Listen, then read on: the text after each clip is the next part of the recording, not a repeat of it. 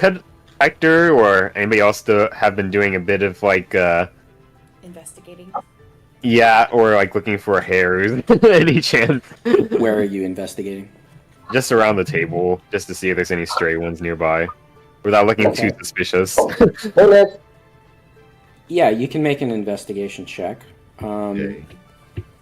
In that case, I'll tell you more about the room. It's divided into two halves. There's a dining room and living room area. In the dining room part, there are walls of aged pines, which absorb the flickering light from the iron chandelier above. Its candles cast a cozy glow. A sideboard against one wall holds a variety of ceramic dishes and wooden utensils, which you look through, as well as a few clay jars that might contain preserves or spices. The center of the room is dominated by a wooden table crafted of solid oak. Its sides are carved with patterns of forest leaves curled around crescents, circles, and oblong shapes. 6 hand-carved wooden chairs sit around the table. A stone fireplace dominates a wall on the opposite side of the chamber, crackling softly as it bathes the space in a warm, flickering glow. A few well-worn chairs and a sofa huddle around a low wooden coffee table nearby, and shelves along the walls hold an assortment of books, family portraits, and small whittled wooden sculptures. You closely inspect that area as well, and you note that the patterns on the table depict apparently phases of the moon. And when you look over the whittled sculptures, you see that they depict an assortment of small wooden wolves and ravens, as well as a carved wooden sun and a carved wooden moon. Beyond that, you don't find anything notable in the room. That sounds pretty nice. So we all agree they're definitely werewolves, right? Anna brings out the warm beetroot soup, and she brings out bowls of carrots and potatoes, and then a crusty rye bread to go with the borscht, along with some butter. And Dimitri lays down wood mugs full of spiced milk that apparently has nutmeg on top. Is it nutmeg? I'm assuming Todd is not back yet, right? Cog, you are returning. Along the way, you actually run into Ketriana Dovlov, who is walking down an intersecting path from the direction of the mountainside. And she smiles at you and says, "Ah, are you going over to the Krezikovs?" I am, citizen. How can I help you? Civilian. "Oh, I just wonder if you would escort me. I'm going the same way." Oh, good. As per my programming, I'm more than willing to assist, considering it's unattended. She clasps her hands together and smiles and says, "Very good. Thank you, dear." And she walks along with you to the cabin. So, this town seems pretty nice around night, huh? Very nice, isn't it? It's Mm-hmm. must be very different for you to find so much peace here compared to the rest of the valley, isn't it? You know,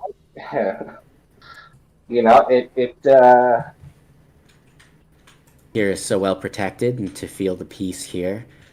Isn't it nice that there are no threats lurking beyond these trees?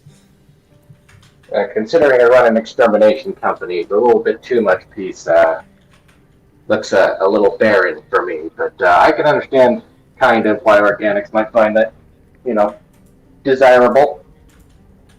For us, it is a blessing. We are blessed by the Morning Lord. Mm-hmm. Hey, how does this town feel about wolves? It seems like you guys like dogs, right?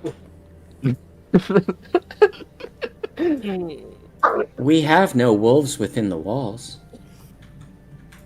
Okay. That's good to know, I'm sure. You have any dogs in town or no? Certainly, you can find dogs around. Many people will use them to help herd their sheep. Oh, good. And the goats. Sheep a profitable business around here? We don't have too many, but enough that we are able to line our clothes with wool. Where did you guys get the stones for the wall? Considering it's such a simple way of life here and everything. I understand the wall to be hundreds of years old, from even before the curse. Oh. How nice. Many of the structures in Barovia date from that time, since so little construction is able to be done now. Oh, it's not many local quarries, huh? Oh no, I can't imagine you've found too much industry. It's, you can find a little bit, depending on where you look. Maybe the... I'm sure this town has a lot of hidden potential. What do you mean by that? Just consider it a hunch. I can look at a place and, place looks like it's crawling with hidden potential. Just needs the right illumination, if you get my drift. It is good that you can see so much potential in Krezk, even with it being such a small village. Really a fragile village in a lot of ways. Mm-hmm. I find size is less important to industry and ingenuity. I find an open mind leads to many different pathways, so to speak. She smiles serenely.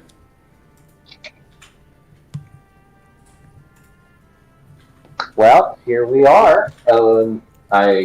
Looks like my associates are still discussing with the residents, so hope you don't mind if they're mid-conversation. Make a perception check. I'll need you to do that, then. Oh. Okay. Yeah. I forgot. Hey, perception's the one I'm good at. I think. You think? I think that's the one I wanted to put into. You have a 3. Not terrible. Still got lucky. Roll it again. Again? You can use lucky? Yeah. Okay. Don't use it. You got a high enough number. I was gonna say, I was like, Katriana starts walking around the cottage up toward the front door. You note as you pass by the side of the cottage with her that the raven is flapping its wings furiously. You know what? How about you go inside, and I'll stay out here for a second. I have a bird to swat. Of course. I don't know your meaning, but I'll just go on ahead. I'll have a word with Anna. It's a business phrase. Don't worry. Y'all take care. Bye. Closes the door behind her. Like a side note, I did also... Yeah, okay. Sorry. Well, what were you gonna do? Mention that Azrael would consistently just walk up to the window that is visible to the tree. Okay. So inside, I think everybody has gotten their food. Yep. And there's a little time lag on this. So is there anything you'd like to discuss with the Krezikovs while you eat? I think Dmitri and Anna are both very polite and ask you a few questions about how you're liking the town. The village, I mean. Cog's going to point at the barn, so the bird knows to go to the barn. Yeah, I'm going to get to that because I want to have this happen retroactively. Okay, cool. Just heads up. Mm-hmm. It sounds very quaint. Much nicer than the ethereal plane. Dimitri looks confused and says, "Ethereal plane? I'm not sure I even understand what that is. Think of it as the realm that ghosts normally live in. He looks a little worried by that, and he says, "Is that?" And he looks over at Anna, and then Anna looks like she's considering for a moment, and then she says, Have you all been to the land of ghosts and spirits? Is that..." She pauses again and looks at Dimitri, and then Dimitri just says, "We've been trying to decide on whether to say something, but your arm, Azriel, what's happened to you?" Dazzle kind of tilts his head in confusion and, which arm? Which are They both kind of fall silent at that. No, seriously. Do you mean this? And he kind of shows his demon arm. Anna puts her hand to her mouth, and Dimitri opens his eyes wide and says, yes, well, we just wanted to know if perhaps you were in trouble. Maybe that's why you're going up to the Abbey so quickly instead of just for that cut of yours." No, we were about to go to the Abbey for the cut. This is kind of like a different story, a different thing. It's really hard to explain. Anna says, Is it normal for you?" Normal. You know, what is normal when magic is in the equation? Anna seems to understand that this is complex, and she nods her head and says, magic. Not something that we would understand much about. Perhaps I shouldn't pry." It's no big deal. She gives a weak smile and kind of like focuses on eating her borscht. Does anyone else say anything? No, Nyx is chowing down. Getting drowsy. All right. Is eating the soup, but he's also eating it carefully. Yeah, Azrael would like be holding the bowl, and he would have like taken like a taste after like everyone else already has. But he's eating standing up, and he's kind of nonchalantly just walking to the window, checking for the crow, and walking back. It's very good. Nobody feels any ill effects eating it. When you go to the window, you note that Cog has just has returned and has just walked up toward the barn. The woman that you saw earlier, Ketriana Dovloff, has passed by the window just now when you looked through, and is apparently heading up toward the front door. You note that the raven in the tree is flapping its wings furiously, and as Cog heads to the barn, it flies down to him. Okay. Azrael kind of perks up and goes to the table and puts the bowl down. I have to excuse myself.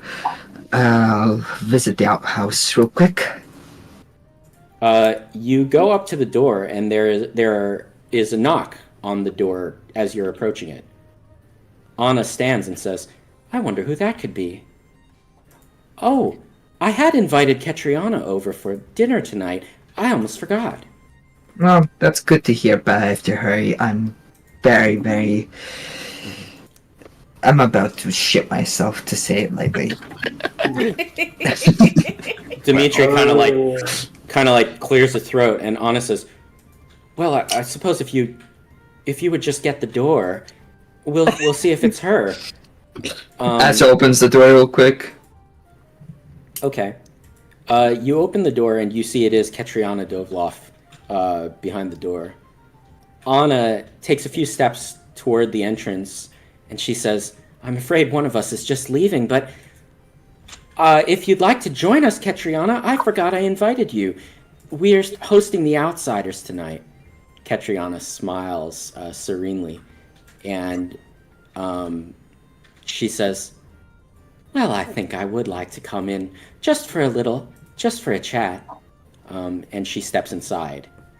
Outside, Cog, you've gone to the barn, and the raven has flown down and landed on the ground just behind the barn to be out of sight of the cottage. He then transforms into human form, and in the process, as soon as his lips have formed, he starts saying, "There's something wrong with that woman."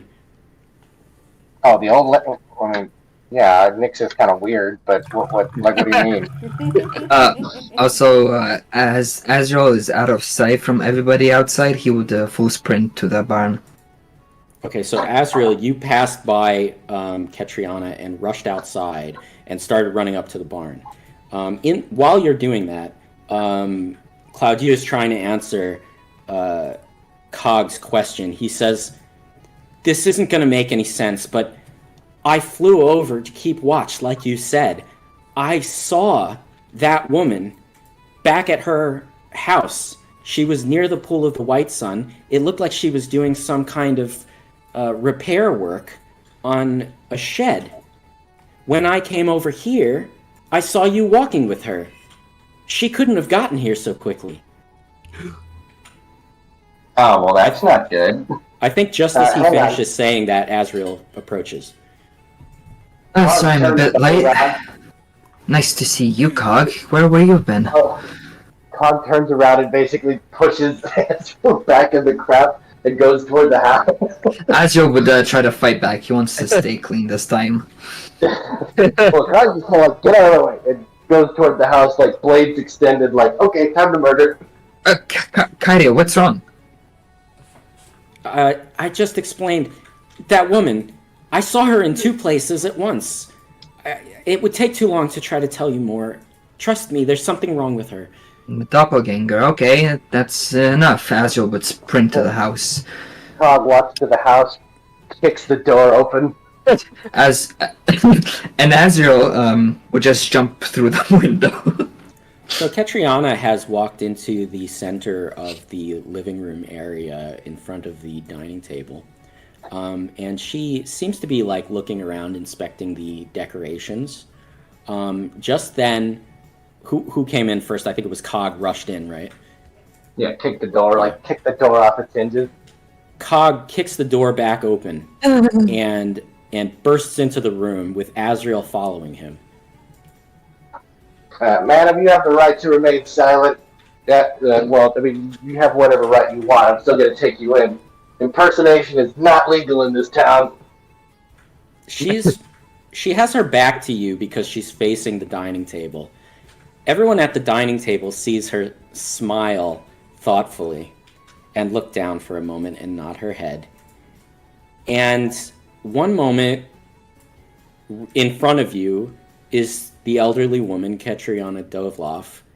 And then in the next instant, without any shade of transition or spectacle, she's gone.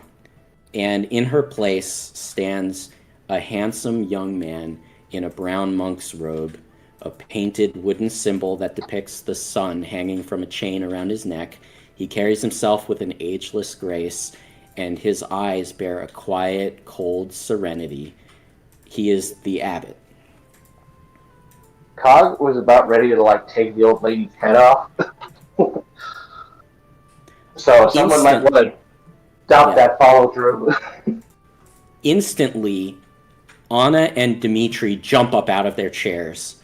Well, Anna was standing. Dimitri jumps up out of his chair, but what Anna does is she backs away very quickly all the way up to the wall behind her, almost knocking one of the chairs over as she does. Wow. I didn't expect to see you so soon. I just want to check something real quick. What is everyone's passive insight? Passive insight? Yeah. I forgot what's the way you calculate. It's 10 plus your insight. 9. So mine would be 15 in that case. And Oh plus wow, that's nice. insight. That's good. Mine is 15. Yeah. mine's 12. Okay. Because So I have a I'm plus not. 5, so I was gonna record it all, but anyone with a I guess 11? 13. Okay. It sounds like it's gonna be just Hector, but anyone with a 13 or higher gets a good look at Anna's face as she backs away toward the wall. She is terrified of the abbot. In a very low voice, Dimitri says, Kala, go to your bedroom. And Kala, who was standing nearby, she never sat down. She just had a very low-filled bowl of borscht that she was slowly eating in silence. She puts the bowl down silently and walks off to one of the rooms, presumably her bedroom, and closes the door behind her. Abbott, Uh, shall you explain yourself? Cog is like still in full swing. Yes, of course. I would be happy to. I only felt that tonight was a good night for me to come by and pay a cordial greeting to my neighbors, Dmitri and Anna. And I noted that you were staying the night, and I had a mild interest in what it might be that you were discussing, and whether or not I could share this company with you for a moment. Especially since some of the inhabitants here will soon be family of mine, and I want to be closer and more attentive to them. Cog's blade like slams into the table. Minor course correction before taking going to the abbot's head. But he tries to play it off like, Abbott, how you doing? Azure would kinda try to cut off Cog. Stop the theatrics. Lay it out plainly, please. What do you what do you mean? mean by family? That seems like Yeah, a lot that- of words. Before he can respond, Dimitri says, Yes, Abbot, what do you mean by family? And why are you really here? The abbot looks at... What? Azure would kinda... never mind. The abbot doesn't immediately respond. He wanders over to the shelves, and he starts inspecting the whittled statues there. And then he says, Is it a sin to visit the home of friends and neighbors? Especially neighbors who are so close. Identity theft is not a joke, Abbott. Azure kinda rolls his eyes. We may as well ask you a question. Of the You hour... already have. But continue. We suspect our hosts to be werewolves. Are we correct? Dimitri darts his eyes at you. Anna is apparently too shocked to even move. The abbot continues inspecting the figures, and he says, There are some things that are not mine to tell. In fact, the answer to both of your questions is that you should ask your hosts about these matters. I will not share information which rightly belongs to them. Well, that's saying yes without saying yes. Do you intend to hurt these people? Hurt them? Oh heavens no. I only came to deliver a reminder. Really, I mean to help them. I mean to counsel them. That is, of course, what an abbot should do, especially when it comes to spiritual matters. But I don't need to rush. You are all here as guests. You have made yourselves comfortable, and I have somewhat rudely interrupted your dinner. Would you tell me, how are you? How do you feel here? Isn't this place just wonderful? Isn't it beautiful? Azure kinda ignores the abbot and he would move on to the hosts right now. Cog first Cog kind of looks at the locals and it's like, if you are, it's totally fine. We'll talk business in a minute. And then Cog looks back to the abbot and is like, "Oh, this town, it's got some lucrative assets given the proper illumination." You certainly have vision, don't you? Great minds think alike. What can I say? I reckon I'm not the only one. I see it the same way. When I look on Kresik, I see how the children are healthy and well. I see that the Krezikovs have been good stewards here. Don't you agree? Could use some work, but I think they've done good with what they got. But what they have done certainly could not be possible if the Morning Lord did not wish it, don't you agree? Of course, every good thing is, in his light, a gift from him. Faith without works is dead. What can I say? And works are made possible by faith. But even more than that, they are made possible by the will of the Morning Lord. Well, I'm sure he's put some good investments in it. I know he has. I know the Morning Lord has invested in this village. And I know that he expects that everyone in this village will be a good child of his, one who follows the call and the expectations of the Father, of the great Morning Lord. Aha. Speaking of investments, how's your current investment going? I am invested in the well-being of the people here, and I am invested in helping to shepherd them. Yeah. I get it. I get you like the town. What about Vasilka? Cog, I feel like that's see. a different topic. Well, I have not much to say about Vasilka on this night, but she is continuing to progress, and I believe that she will be ready on time. That is provided, of course, and he looks pointedly at Anna, that everyone else